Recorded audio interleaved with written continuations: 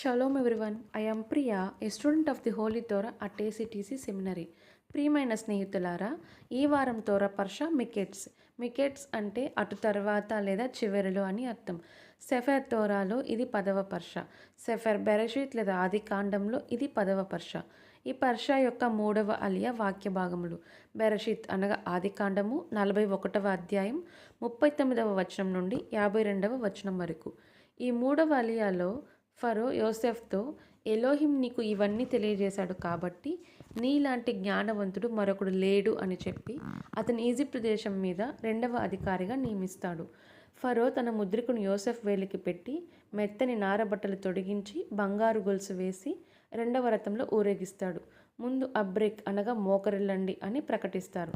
సింహాసనం తప్ప ఫరో కంటే యోసెఫే గొప్పవాడు అవుతాడు. ఫరో అతనికి జఫ్నత్ పానేయక్ అనే పేరు పెట్టి ఓను నగర పూజారి పోతిఫర్ కుమార్తె ఆసనతును భార్యగా ఇస్తాడు. 30 ఏళ్ల యోసెఫ్ ఈజిప్ట్ దేశమంతా తిరుగుతాడు.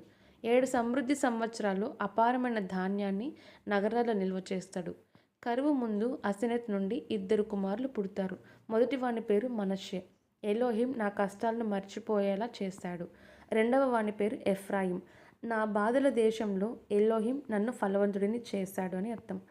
ప్రియమైన స్నేహితులారా, మరిన్ని తోరా పాఠాల కోసం మా యూట్యూబ్ ఛానల్ను సబ్స్క్రైబ్ చేయండి. షలోమ్ లెహిత్రోత్.